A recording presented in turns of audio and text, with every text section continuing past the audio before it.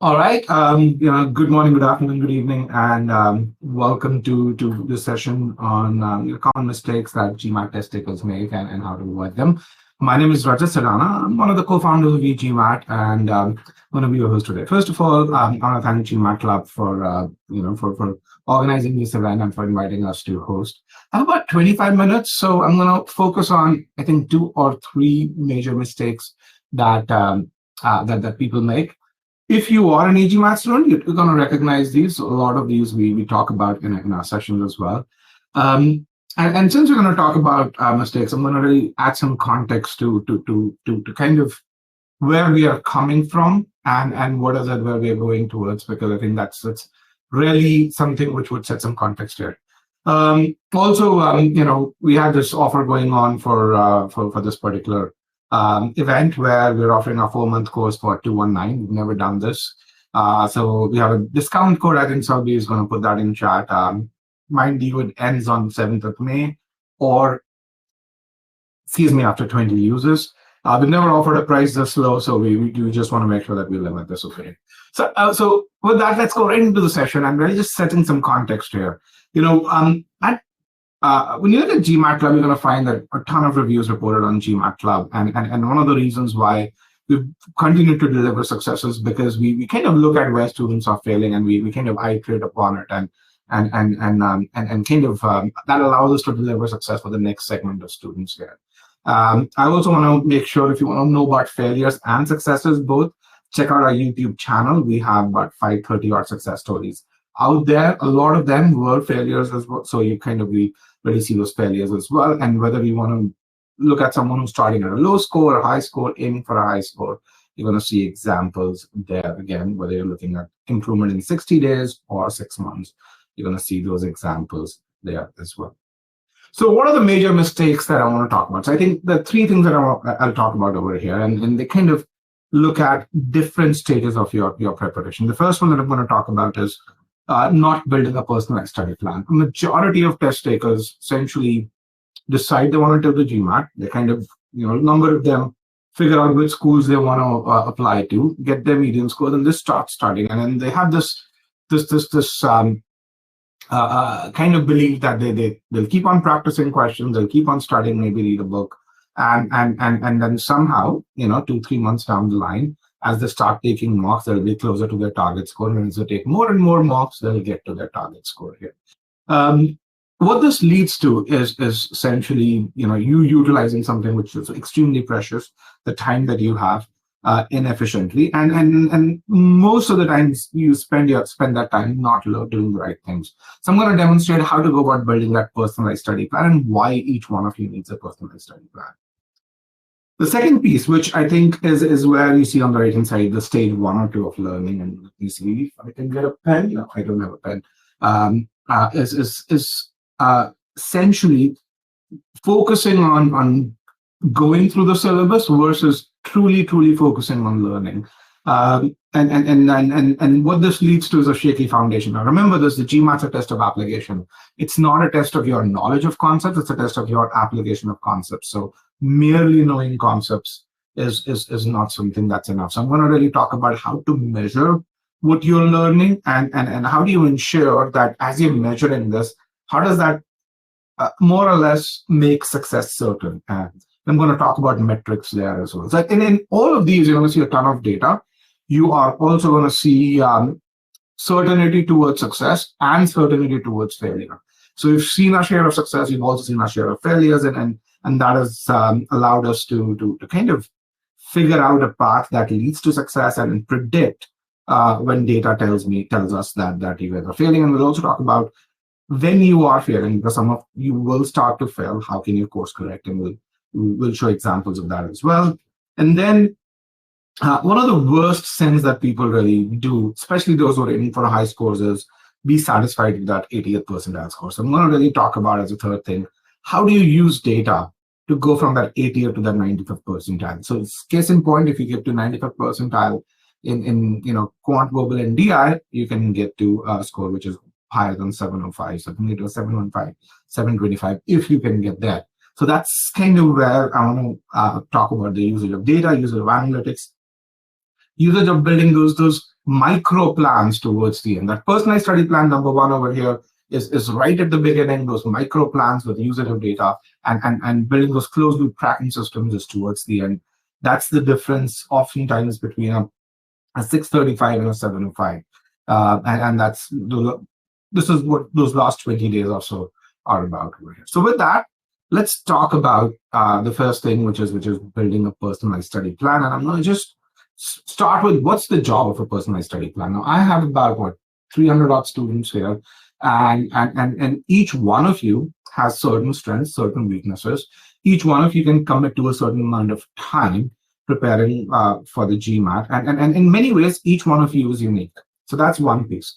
On the other side, when you think about the GMAT, you have about 10 subsections there. You have 4 in quant. You have number properties, word problems, advanced topics where you have PNC, probability, and all of those things, and then algebra. So these are 4 subsections in quant, 4 in DI, you have data sufficiency, GI and TA, TPA, and MSR, and then 2 in verbals. There are 10 subsections, and in each one of these subsections, each one of you has slightly different abilities over here. So personalized study plan first starts with saying, if you want to get to a target score, what's the quant plus verbal plus DI score that you need? What's that one score? So for example, if you want to get to a 705, you need a 255. If you want to get to a 645, you need a 246. If you want to get to a 685, you need a 251. So defining that's really important. And then when you think about getting to a 685, from any score, there are about 100 paths that exist. Which one's the most optimal for you given your sum of scores? And then given your strengths to achieve that path, what should you study in each of these subsections? And then what metrics should you measure to ensure that you achieve those target abilities in each of those subsections? So that's something that's the job of a study plan. This is something you've got to do on day 0 or maybe day 1 as you're preparing, because it channelizes your energy. So with that, let me actually start with how do we go about building a study plan here. And I'm going to actually stop sharing for some reason. Yeah, I am there. We just stop sharing and come back to sharing my screen once again.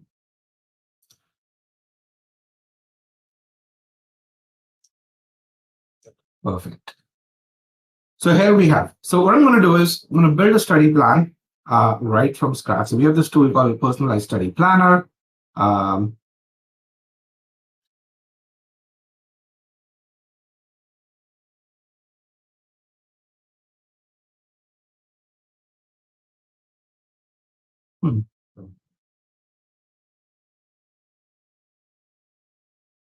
some reason, doesn't want to get there. Let's just see. Focus study planner. Yes. So I'm going to focus on creating a new plan. So click on create a plan, and let's start with getting a target score of 685. I'm going to set this as target. I'm going to have a current score. Let's say your current score is 575 here. And let's say you've taken an MBA.com mark or a SigmaX. We offer a SigmaX mark free of charge that gives you all the data that you need to build that study plan. Now, here you have your journey mapped out. Your goal is to go from a 59th percentile to a 96th percentile. Now, let's get in your current scores.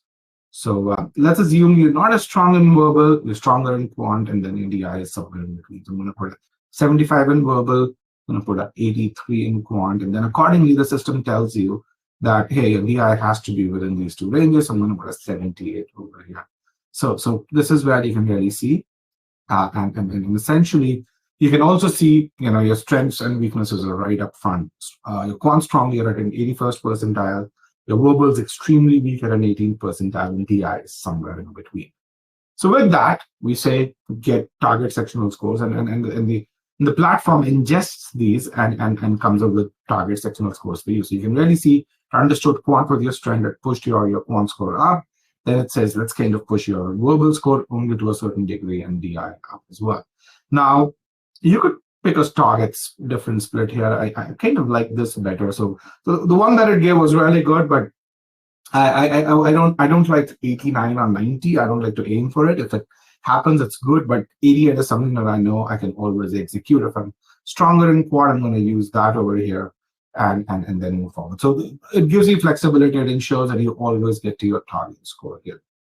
Now, right off the bat, you get some initial time estimates. So you know, on verbal side, you're going to go from that 18th percentile to that 84th percentile. On the quant side, you're going to go from that 81st to 95th, and so on and so on in DI. It gives you some initial time estimates. Now, this chart is really critical because when you look at this, it also tells you where you're going to spend that time. On verbal, a lot of that time is going to be spent on stage one of learning. And in the EGMAT world, you have 3 stages of learning. The first one's learning concepts and learning application, which is where you learn how to apply, you learn a scalable process to solve questions, and you learn how to apply that. On the verbal side, a majority of your time is going to be spent on it. And then you're going to do cementing, which means that you're going to make sure that whatever you learn, you never forget. So we have a process called cementing, where if you reach the thresholds, we certify that you're not going to forget whatever you've learned, and then you have about 14 hours for test readiness. On the quant side of things, because the ability is already extremely high, there's no point going to the concepts right away. So you've got to figure out what your weakness is, then only study in those areas, and the EGMAT platform allows you to that flexibility to do that. And because you're aiming for an extremely high ability here, that's where you have about 25 hours for test readiness. In data insights, again, you can really see starting at a higher ability, identify your weakness first, and then move in a very similar fashion. Again, you're not aiming for such a high score, so the number of hours needed is not as many here in this case. Okay, so then we can further personalize this. Let me just reduce the size of it. So I'm going to really say, hey, on CRNRs, these are the starting abilities. As you give it more data, let me reset this. It gets more precise. Okay, I'm going to accept these over here. Then we're going to get the quant milestones. Let's say I'm better in arithmetic than in algebra. I'm going to put that in. So what we're trying to do is we're feeding it as much diagnostic data as we have, and we get this from the mock. And when it gets more data, the planning becomes more precise. And then we're going to do the same thing with DI as well. Since you're stronger in quant, I'm going to give you higher abilities here, and I'm going to give you lower abilities here in GPA and MXR. Again, your official mocks, your Sigma X mocks, all of them tell you this, and you can really see time estimates for each one of these here. I'm going to accept these, and then as we do this, we have more refined time estimates. You can see that quant time has gone down. The DI time has gone up slightly, and verbal is more or less, I think, the same here. It's gone in slightly over here in this case. But again, this is a more precise estimate because the system has ingested more data. Okay. Now, we look at a sequence of learning. You could start with verbal, quant, and DI, or quant, verbal, DI. Again, doesn't matter which one you choose. DI is usually towards the end. We don't allow DI to be done before quant and verbal unless you're already at an 85th percentile in both of them. Okay. You also put in how long you have per on every day. For most people, Mondays is busy. Tuesdays, Wednesdays are slightly better, and then a lot of people, go out clubbing on Friday, so they don't have as much time. But either way, what this does is it asks you the question, how long can you commit in a week? If you're studying full time, we can really crank it up all the way to 30, 35 hours. But if you're a full-time professional, make sure, I'd be very wary if you put in more than 20 hours there. Most full-time professionals can diligently put in about 15 hours in this case. Okay. So we put in a start date, and this will give you a tentative test date right away in this case. Now, you could pick an earlier date by putting in more time, but again, you've got to make sure that you commit to it. Again, starting on 3rd of May, a tentative prep date is this. You can really see the sequence. You can see the dates over here as well. Now, with this, you can now understand your sectional journey. This is you're going to study verbal for about 97 hours for about 5 weeks, or so, one for about 3 weeks, DI for about 4 weeks, and then you have final test readiness. Remember, there'll be multiple test readinesses in there. but there'll be final test readiness towards the end. Let's look at your detailed journey. You're going to start the master comprehension course, spend about 10 hours over there, and you can see how long you spend on critical reasoning, then reading comprehension, then you see the test readiness in verbal here. Do the same thing in quant, and we will do the same thing in the end. Again, all of this is being done on day 0. And then once you do that, you can really see there are test readiness 2, there's a DI test readiness 1, there's a final test readiness that's put in here as well. We finalize this, we execute this. And what we do then is we translate this into a day-by-day executable plan here.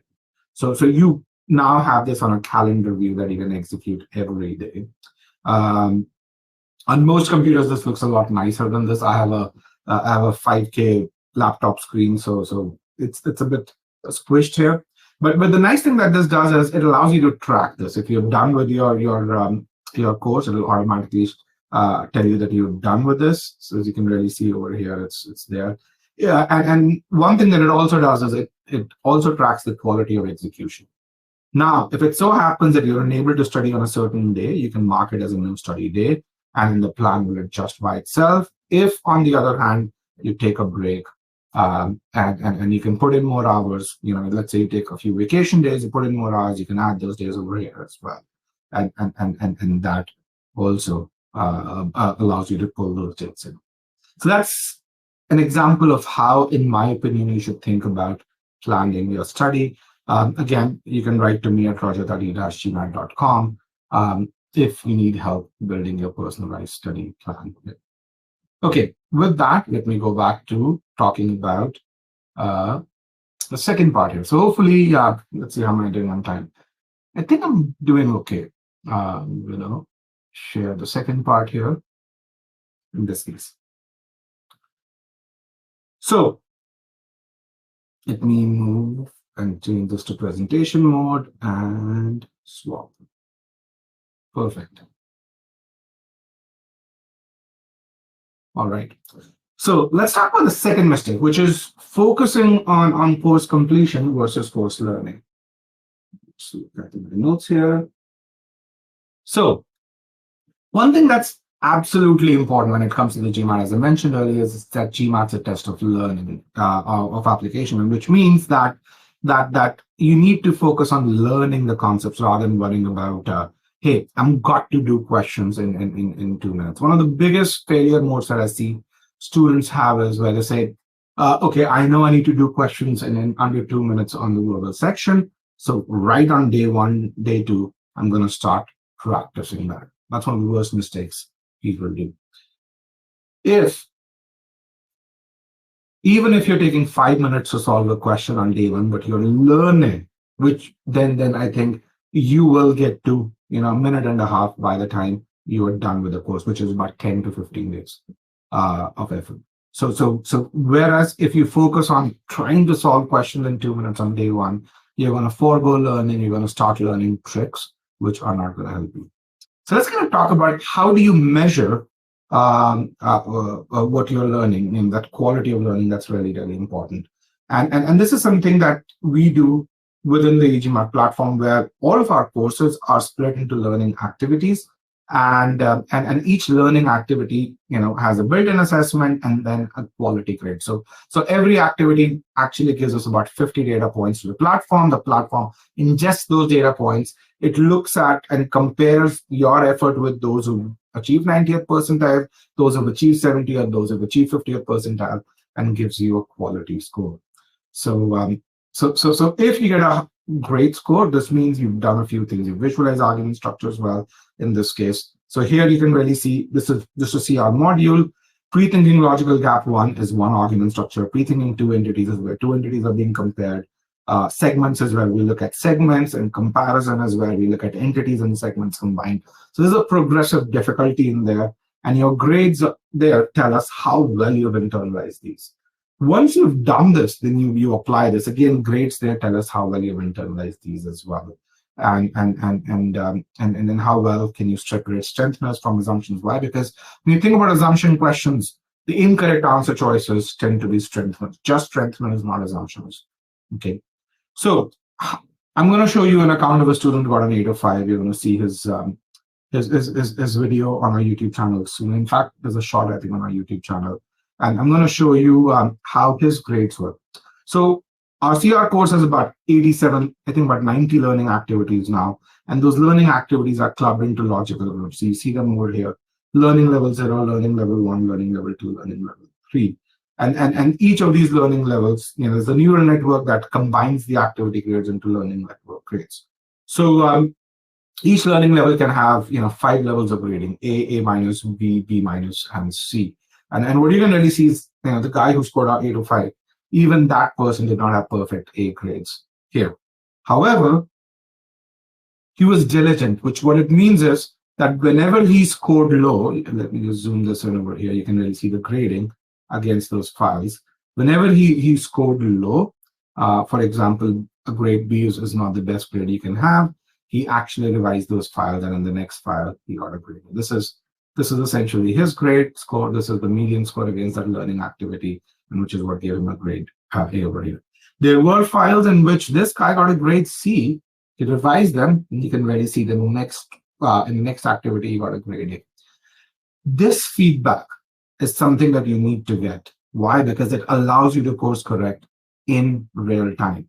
If you don't course correct, those bad habits, they have a really excellent tendency to multiply, and you don't want that. Okay. Another guy who had a 160-point improvement, scored a 715. His grades were really, really good. So again, remember, when you're in that realm of 700, you're already at that 99 percentile. You can see, again, not perfect grades, but really good grades over here. And essentially, because he had excellent grades, his verbal score was excellent. And within the EGMAT platform, we have a process called cementing, where we give you grades over there. We can actually predict your verbal scores based on your cementing score. So there's button 95% confidence level that we have in terms of predicting your verbal scores, if once you have your cementing scores here. And from your learning level grades, we can predict your cementing scores with about 90% confidence. So that's something. That's it. Again, you can see very, very similar story for him. Lots of A grades, some B grades, and some C grades as well. But then again, the habits come back where when someone gets a C grade, they look at the data, they revise this, and then those A grades start coming in. And for me, if you have a lot of A grades towards the end of any module, which is one of the hardest questions out there, what it tells me is that you've learned those. And which is why when we give you those learning level grades, those end of module files have a higher weight that neural networks train to really do that, so that it's much more predictable here. All right. It cuts the other way as well. So here's a person who got all C grades, and she failed. She got I think a 485 on the eventual exam. So again, the system predicts success. The system predicts failure as well. Now, people who fail, they also have the ability to succeed. Again, you can really see A grades over here. Now, why do you see a C grade between an A grade? Because these are people who lose focus. They don't look at their grades to the same degree. But the very fact that they have these bright spots shows that they have potential to excel. It's just about consistent execution in that phase. We gave her feedback. This person wasn't able to improve. You can see the consistent C grades in there, and accordingly, her verbal abilities, her quant abilities, and her DI abilities did not go up to the mark. Now, does it mean that okay, I have a 30-minute mark here. So does it mean that she did not have the potential to get to that score? She definitely did, but then she did not put the kind of effort that was needed, with the kind of diligence that was needed at that point in time. In probably a few months, if she wants to put in the same kind of effort, you're going to really see that these grades can very easily go from a C to an A. Those L20 scores can go high, and she'll be able to get to that. Okay. I think just one last piece before I end this webinar. When you think about accuracy to ability conversion here, so this is a chart that each one of you can take. This is something that we computed based on probabilistic math. This has worked for the last 5 years, for the last but 44,000 students in terms of predicting what they're going to get in that particular subsection. Okay. All right. With that, actually, I think I can stop sharing. Selby, we are towards the end of it. I can take on questions, if any. I have a few questions here. Do I have time for a few questions, or? Maybe like a few, like 2 minutes. Okay. I'm going to put my email address as well in chat so you guys can write to me, and I'll be happy to answer questions that I've not been able to answer. How do you improve from a V80 to a V85? We've actually written an article with 5 case studies in there. So if you write to me, I'll be happy to share that article with you. You have my email address there. If you also search under Pile's name on Reddit, you can get access to that article.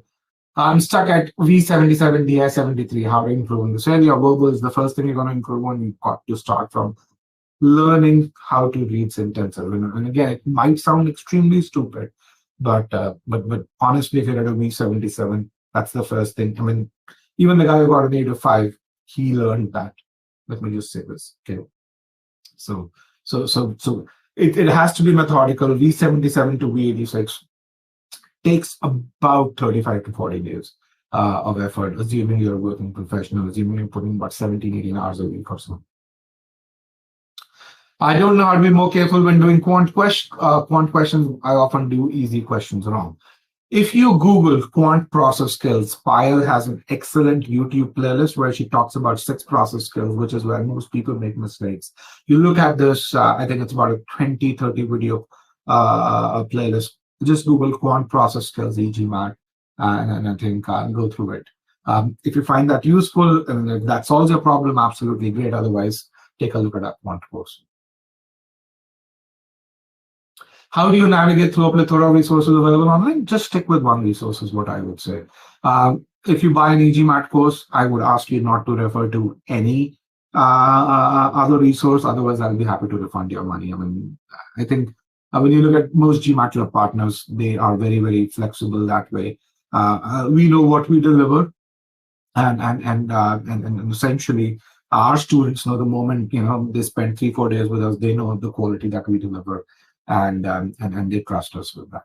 In fact, if you are an EGMATer, Pile does her Coach Connect sessions 3 times a week right now. You'd really see how we turn students around people who are failing. We actually help them succeed within days.